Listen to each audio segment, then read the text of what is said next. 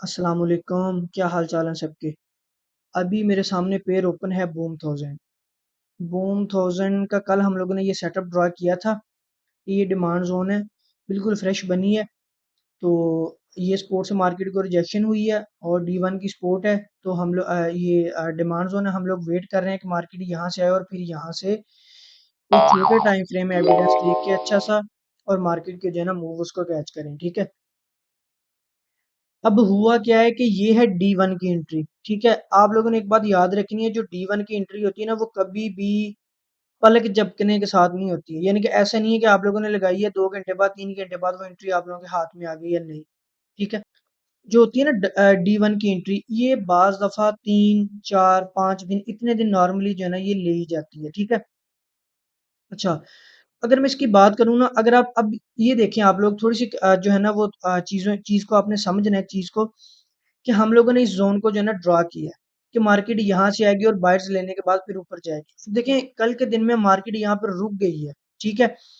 और चूंकि मार्केट यहाँ पर रुक गई है ना, हमें इस चीज़ की थोड़ी सी इंडिकेशन हो रही है कि अब मार्केट जो है ना यहाँ से नीचे आएगी, ठीक है। अब ये देखें ना, ये एक डोजी टाइप भी बन गया है। ये प्रीवियस थोड़ी सी यहाँ पे रेजिस्टेंस है माइनर, लेकिन और इसके अलावा कुछ नहीं है, ठीक है। अच्छा, एक चीज मैं आप लोगों को और बताता हूँ। ये जरूरी नहीं होता है कि देखें, मार्केट ने यहाँ पे आना ना, ये जरूरी नहीं है कि ऊपर कोई रेजिस्टेंस होगी तो ये नीचे आएगी, ठीक है। अब देखें ना, ये एक डिमांड जोन बना है, ठीक है। अभी इसकी पावर भी है, ये अपनी पावर से भी मार्केट को नीचे खींच रहा है। जो ऑर्डर रह गए हैं, यहाँ पे डिमांड है बाइट्स की, अब मार्केट यहाँ पे आएगी तो वापस मार्केट यहाँ से बूस्ट होके निकलेगा, ठीक है। देखना, यहाँ पे आते जैसे जैसे मार्केट ऊपर जा रही है, जो आपके बायर्स हैं वो क्या होते जा रहे हैं, वो वीक होते जा रहे हैं, ठीक है। तो मार्केट जैसे इस जगह पे आएगी ना, तो वो फिर से क्या हो जाएंगे, पंप हो जाएंगे, चार्ज हो जाएंगे, और फिर मार्केट यहाँ से जो है ना वो ज्यादा स्पीडली जो है ना वो मूव करेगा, ठीक है। तो हम ये भी कह सकते हैं कि इस रेजिस्टेंस ने इसको नीचे नहीं जो है ना मार्केट लेके आ रही, बल्कि ये डिमांड जोन इसको नीचे खींच रहा है, ठीक है। सेलर्स अभी प्रेशर डाल रहे हैं, सेलर्स प्रेशर डाल रहे हैं, मार्केट को नीचे लेके आ रहे हैं, ठीक है। लेकिन जब जैसे ही यहाँ पे आएंगे ना, तो बायर्स एकदम से उन पे प्रेशर डालेंगे और लेके मूव ऊपर निकल जाएंगे। तो आज के दिन के लिए हम इसका वेट करेंगे कि मार्केट जो है ना वो नीचे आए। वो करीब में कोई, अगर आप देखें ना, तो वो एरिया कौन सा बन रहा है, ये आपका वो एरिया बन रहा है। अगर हम इस एरिया की बात करूं, तो ये बन रहा है 928 से लेके 847। अगर हम H1 की बात करूं ना, तो वो यहाँ से स्टार्ट होके 948 से करीब यहाँ से स्टार्ट होके ये वाली जो नीचे वाली लाइन है, यहाँ तक जो है ना वो, यहाँ तक ये वो एरिया जो है ना वो बन रहा है, ठीक है, ये वाला एरिया।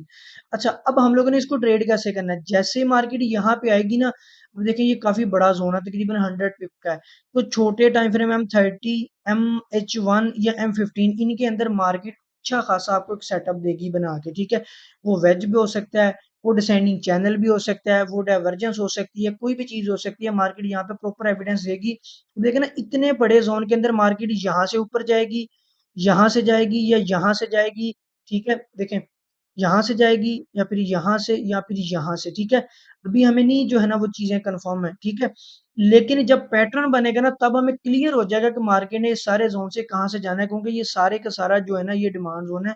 मार्केट कहीं से भी बूस्ट यहाँ से ले सकती है, ठीक है। तो इसलिए हम लोग इसका वेट कर रहे हैं। अब देखिए, कल का सारा दिन हम लोगों ने इसका वेट किया, कल का सारा दिन हम लोगों ने इसका वेट किया। मार्केट यहाँ पे है, हो सकता है आज के दिन भी वेट करना पड़े और कल जो है ना मार्केट इसके अंदर और फिर हमें एंट्री मिले, ठीक है। तो अभी हमें एंट्री चूंकि B1 के अंदर नहीं मिली, लेकिन कुछ लोग फिर भी जो है ना इसके अंदर स्पाइक कैच कर रहे हैं। मैंने आप लोगों को बताया ना कि हर जो है ना वो ट्रेडर की साइकोलॉजी थोड़ी सी डिफरेंट होती है, उसका ट्रेडिंग स्टाइल जो है ना वो डिफरेंट होता है। अब सुबह देखें, जैसे मैंने यहाँ से एक स्पाइक पकड़ लिया, ये वाला, ठीक है। मैं सुजेस्ट इसलिए नहीं करता हूँ आप लोगों को ये वाली चीजें, कि आप लोग देखें, मैंने पता क्या किया, मैंने अगर यहाँ से एंट्री ली है ना, तो मैंने इसके एग्जैक्ट नीचे जो है ना एसएल लगाया हुआ, और मैंने एसएल करवाना भी है। अगर मार्केट जो है ना यहाँ से नीचे आता है, तो नीचे आ जाती है ना, तो मैंने इसे एसएल करवा लेना, ठीक है। लेकिन बाज लोग क्या करते हैं कि उनके अंदर वो इतने मतलब वो कहते हैं कि नहीं भाई, अब मार्केट नीचे आ गई ना, अब यहाँ से उठेगी तो हम वेट करेंगे और 50 पे क्लोज नहीं करेंगे। और वो चीज जो है ना उनके लिए डडली साबित होती है। इसलिए मैं इस तरह के छोटे छोटे पॉइंट आप लोगों को नहीं बताता हूँ, लेकिन खुद मैं इनको ट्रेड करता हूँ, क्योंकि मेरी अल्हम्दुलिल्लाह साइकोलॉजी इतनी स्ट्रांग है, मेरे पास बैकअप अच्छा है, ठीक है। तो मुझे इस एसल हो भी जाए तो मसला नहीं होता। इसलिए मैं आप लोगों को हमेशा वो वाला सेटअप बताता हूँ जिसके 99% चांसेस हो, ठीक है। तो आज भी हम लोग B1 का यहाँ तक आने का वेट करेंगे, उसके बाद जो है ना इसके अंदर एंट्री लेंगे, ठीक है। अभी यहाँ से भी जो है ना वो एंट्री ली थी, मार्केट अगेन यहाँ पे आ रही है। जब तक वीडियो अपलोड होगी ये पॉइंट ब्रेक हो जाएगा, अगर इसने नीचे आना हुआ तो, ना आना हुआ तो ना लेना यार आप लोग रिस्कों के, आप लोगों से फिर बंद नहीं होता है। अलबत्ता ये वाला रिस्क आप लोग ले सकते हो, ये वाला रिस्क ले लेना यहाँ से लेके 97 से 44, लेकिन ये SL के साथ लेना है क्योंकि कैंडल अच्छे वाली है, ठीक है। तो अच्छे वाली कैंडल और H1 का जोन है, तो यहाँ से मार्केट आप लोगों को स्पाइक दे सकती है, मूव नहीं स्पाइक दे सकती है, तो स्पाइक आप लोग कैच कर सकते हैं SL के साथ, ठीक है। अब हम लोग बात करते हैं क्रैश 1000 की। जैसा कि कल हम लोगों ने बात की थी कि मार्केट देखें, अभी हम लोग यही बात कर रहे थे कि यहाँ पे जो है ना वो 3-4 टाइम टच हो चुका है, ये इस टीएल के ऊपर ना, अब इस टीएल के ब्रेक होने के चांसेस हैं और अगला हमारे पास एरिया ये वाला होगा, ठीक है। लेकिन साथ में हम लोगों ने ये भी बात की थी कि हो सकता है कि जितना वॉल्यूम मार्केट यहाँ पे दिखा रही है ना, एक मूव और दे दे, और मार्केट ने वही काम किया है, एक मूव और जो है ना वो यहाँ पे दे दिया। अब हम छोटे टाइम फ्रेम में देख लें आप लोग, जो लास्ट टाइम में मूव मिली है ये वाली, मार्केट ने यहाँ की एक रेंज बनाई है। अगर मैं इस रेंज के अंदर ये टीएल ड्रा करूं तो आपका एग्जैक्ट जो है ना मार्केट ने यहीं से स्पाइक दिया है, तो आप लोग यहाँ से एंट्री जो है ना वो ले सकते थे। इसके अलावा ये देखें फ्रेश जोन भी बना है ये वाला, यहाँ से भी आप लोग एंट्री ले सकते थे। कभी भी बड़े टाइम फ्रेम के अंदर आप लोगों ने चीज मार्क करने के बाद वहां एंट्री नहीं लेनी होती है, ठीक है। अगर H1 के अंदर ये चीज बनी थी तो यहाँ इसका कोई भी जो है ना एंट्री लेने का जवाब नहीं बनता था, एंट्री हमेशा आपकी M15 के अंदर ही बनती है, ठीक है। और ये एंट्री बनी, मार्केट नीचे आई। अगर अभी की बात करें ना, अभी मार्केट अभी अगेन वही चीज है कि हम लोग अब देखें मार्केट नीचे आ गई है, हम मार्केट के ऊपर जाने का वेट करते हैं, कोई अच्छा पॉइंट जो है ना वो दे, ये पॉइंट ब्रेक करके, ठीक है। अब चूंकि ये इस स्पोर्ट पे भी आ गई है, अब इस टीएल को थोड़ा सा लंबा करते हैं। अब वही बात है कि कोई अच्छा पॉइंट मार्केट दे के वहां से रिजेक्शन दिखाए छोटे टाइम फ्रेम में, फिर हम उसकी एंट्री जो है ना वो आराम से लेंगे, ठीक है। अगर मार्केट इस एरिया को ब्रेक करती है तो फिर हम इस पॉइंट का जो है ना वो वेट करेंगे, अगर मार्केट यहाँ पे आके वापस कोई एविडेंस देती है तो हम लोग इसकी एंट्री लेंगे। ये आज क्रैश 1000 की स्टोरी है, ठीक है। अब आ जाते हैं बूम 500 के ऊपर। अच्छा जी, ये ना बूम 500 के अंदर अभी मैंने जो है ना कुछ ट्रेड्स भी लगाई हुई है, मैं आप लोगों को दूसरा अकाउंट दिखाता हूँ जरा, रुक। अच्छा जी, ये अब आप लोगों को नजर आ रहा है, ये मेरा दूसरा अकाउंट है। तो अच्छा अब देखें जरा, इसका मैंने जो TP1 रखी थी ना वो तो हिट हो गई है, ठीक है। तो अभी ये हुआ पता कि मैं आप लोगों को बताता हूँ। अच्छा अब आप लोग ये देखें, यहाँ पे जो है ना मार्केट ने एक रेंज बनाई है, बड़ी जबरदस्त और प्रॉपर किस्म की जो है ना मार्केट ने रेंज बनाई है, ठीक है। चूंकि रेंज बनाई है, मार्केट इसको वापस रीटेस्ट करने है, यहाँ पे जोन भी था और ये सारे का सारा बाइंग एरिया था, ठीक है। अच्छा अगर मैं आप लोगों को चीज एक समझाऊं ना, ये देखें जरा, आप लोगों ने मुझे बताना है कि ऐसे ही ये देखें जरा, first time rejection, second time rejection, उससे थोड़ा सा नीचे आके, और फिर मार्केट ने उसको टेस्ट किया और वापस चला गया। अब आप लोग मुझे बताएं कि क्या ये चीज मैंने आप लोगों को अभी तक 15 दफा नहीं बता दी, B1 में, C1 में, B5 में, C3 में, हर जगह मैं आप लोगों को ये चीज बताता हूँ। ये वो चीजें हैं जो आप लोगों को एक्सपीरियंस की बेस पे आएंगी और वैसे हरगिज नहीं आएंगी। ये कोई पैटर्न है? नहीं, कोई पैटर्न नहीं है। तो यार फिर ये क्या चीज है? अब आप लोग जरा इस चीज को समझे, ये क्या चीज है। मार्केट में बायर्स आ गए, उस पॉइंट को मार्केट ने क्रॉस किया, जब क्रॉस किया ना इसका मतलब है सेलर्स बाजी ले गए फिर से, लेकिन फिर थोड़ा सा नीचे जाके बायर्स ने फिर उनको एक दफा धकेला। ये वो पॉइंट था जहां पहली दफा बायर ने उनको हराया, ये दूसरा पॉइंट था जहां बायर्स बायर्स ने उनको दूसरी दफा हराया। इसका मतलब है कि इस एरिया से लेके इस एरिया तक बायर्स ही बायर्स बैठे हैं जो कभी भी इनको मार दे सकते हैं, मार दे सकते हैं, ठीक है। तो जब तीसरी दफा मार्केट उनको रिटेस्ट करने आती है ना, फिर यहाँ पे भी बायर्स हैं, यहाँ पे भी बायर्स हैं, सेलर्स उनको लेके आते हैं और बायर्स यहाँ से पंप होके जाते हैं, इसलिए जो तीसरी मूव होती है ना वो बहुत ही ज्यादा स्पीडली होती है। अब ये देखें कि यहाँ पे TP1 हो गई है, ठीक है। तो अब यहाँ पे जितनी भी ट्रेड्स लगी हुई थी ना बाकी की वो सारी क्लोज हो गई हैं, लेकिन TP2 वाली जो है ना वो ये ट्रेड्स जो है ना वो रह गई हैं जो यहाँ तक आके क्लोज होंगी, ठीक है। हमेशा जब भी आपने एंट्री लेनी होती है तो पहले देखा करें कि कितनी, देखें एक ये TP बन रही है, अब ये वाला जो है ना ये वाला, इसका भी मैंने TP नहीं लगाई, ये मैंने बाद में लगाई है, ये रह गई थी। ये देखें इसकी TP ये वाली लगा दी थी, अब हो गई, अब देखें एक, दो, तीन टीपियां हो गई हैं। तो 4 का यहाँ पे करवा लें टीपी, 2 की यहाँ पे करवा लें और जो एक रहेगी उसकी करवा लें, ठीक है? ये तरीका होता है, कभी भी लॉन्ग होल्ड प्रॉपर नहीं होता है पूरा। अब यहाँ पे लॉट ज़्यादा लगाई है, नीचे मैंने ज़्यादा लगाई थी यहाँ पे, ठीक है? तो वो जो नीचे लगाई थी उनका जो है ना वो आराम से जो है ना तकरीबन उन्होंने 25-25 पीप लेके जो है ना वो हो गया। टारगेट मेरा यहाँ पे पूरा हो गया। अब ये जो ये वाली है ना ये एक्स्ट्रा है। यहाँ पे आएँगे ये 1 मुझे दे देगी 9, ये 1 मुझे दे देगी 8। अच्छा अगर मैं आप लोगों को एक और बताऊँ ना तो ये अकाउंट की इक्विटी जो है ना ये तकरीबन $800 है बस। ठीक है? और इसका जो डेली टारगेट है ना वो मैंने पता कितना रखा हुआ है $10। 800 के ऊपर $10 लेकिन निकलते कितने हैं? 30, 40, 50, 60। मिनिमम टारगेट आप लोगों ने अचीव करना होता है, मैक्सिमम हो जाता है। मिनिमम कैसे? वैसे वो जो मेरी थी ट्रेड उन्होंने तकरीबन मुझे $30-40 अभी दे दिए। मिनिमम हो गया, मैंने तो मिनिमम लगाया था, 10 निकालने थे। अगर सेटअप अच्छा ना होता तो मैंने किसी भी सेटअप में पंगा लेना था, मैंने 10 के अकॉर्डिंगली लेना है।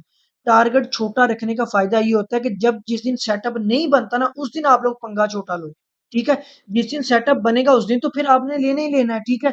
जिस दिन सेटअप नहीं बनता उस दिन पंगा छोटा लेना है। जिस दिन सेटअप नहीं बनेगा मैं $10 के हिसाब से 0.3 की सिर्फ दो लगाता हूँ, अगर जरूरत पड़े तो तीसरी लगा देता हूँ बस, वरना 0.3 की दो लॉट लगाता हूँ, ठीक है? जिस दिन नहीं है उस दिन ये देखें 60 भी देगी 70 भी देगी। तो हमेशा टारगेट कभी भी बड़ा नहीं रखते, टारगेट हमेशा मिनिमम रखना होता है। मिनिमम टारगेट है जैसे वो अचीव हो जाता है तो आपके अंदर कॉन्फिडेंस आता है, फिर उस अपने टारगेट की बेस के ऊपर उस प्रॉफिट की बेस पे आप अगला और निकालो उसी दिन, ठीक है? तो ये कुछ सिनेरियोज होते हैं। अच्छा इन चीजों को स्ट्रेटेजी बोला जाता है। जो आप लोगों को लोग कहते हैं ना कि भाई 500 डिपॉजिट करो 400 डिपॉजिट करो, हम आपको स्ट्रेटेजी बताएंगे, मलका स्ट्रेटेजी, ये स्ट्रेटेजी वो स्ट्रेटेजी। ये स्ट्रेटजीज वो नहीं होती हैं। असल स्ट्रेटजी ये चीज होती है कि आप लोगों ने अपनी मनी मैनेजमेंट को कैसे फॉलो करना है, टारगेट कैसे अचीव करना है, सेटअप कैसे ड्रा करना है, ये स्ट्रेटजी होती है। उन चीजों को वो जो स्ट्रेटजी कहते हैं ना वो बेसिकली टेक्निक्स होती हैं, टेक्निक है। और जो बंदे टेक्निक पे चलते हैं ना शॉर्टकट मारने की कोशिश करते हैं वो हमेशा अपना लॉस ही करते हैं, प्रॉफिट कभी नहीं कर पाएंगे, ठीक है?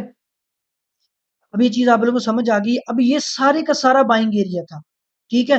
अब मुझे उम्मीद है कि ये यहाँ से जो है ना अब ये देखें डेली में सिर्फ मैंने उस एरिया को मार्क नहीं किया। अब आप इसके अंदर देखें इसके अंदर भी रिजेक्शन मिल रही थी, ये वो सारा रिजेक्शन वाला एरिया है। जैसे ही मैंने बड़े टाइम फ्रेम में ये रिजेक्शन वाला एरिया देखा उसके बाद मैंने छोटे टाइम फ्रेम में ये देखें डाइवर्जेंस बन रही है इसके अंदर। कभी भी मैं एंट्री जो है ना वो एक आध एविडेंस के ऊपर नहीं लेता हूँ, दो तीन चीजों के पीछे रीजंस होती है। ये देखिए जरा, ये D1 हो गया आप लोगों का, ठीक है? ये उसके बाद H1 के अंदर डाइवर्जेंस हो गई और ये भी जो है ना वो आपका वेज टाइप बन रहा है, अभी प्रॉपर बना नहीं है, इसको मैं ड्रा करता हूँ थोड़ी देर में, ठीक है? और ये देखें सारे का सारा आपका क्या था, बाइंग एरिया था। ये बाइंग एरिया था, ठीक है? अब मार्केट ने हमारा टारगेट भी पूरा किया, हमें एक्स्ट्रा भी दे के जाएगी, ठीक है? ये पेड़ आज जबरदस्त था एंट्री के लिए। अच्छा अगर मार्केट वापस इस एरिया में आती है तो ये वाला एरिया मार्क करके रख लें कहाँ तक बनता है, 224, ठीक है? अब 224 तक ये चीज हमें जो है ना वो बाय की एंट्री ही एंट्री देगी, ठीक है? अब ये जितना जबरदस्त आपकी रेंज बनती जाएगी ना स्पाइक उतनी ज्यादा आप लोगों को कैच होंगे आज के दिन में, ठीक है? आप लोगों ने इसमें जैसे मार्केट नीचे आएगी यहाँ पे एविडेंस दे के स्पाइक पकड़ने आज ये इंशाल्लाह जबरदस्त एरिया रहेगा स्पाइक के लिए, ठीक है? अब हम लोग बात करते हैं क्रैश 300 की। अच्छा जी क्रैश 300 की अगर मैं बात करूँ ना तो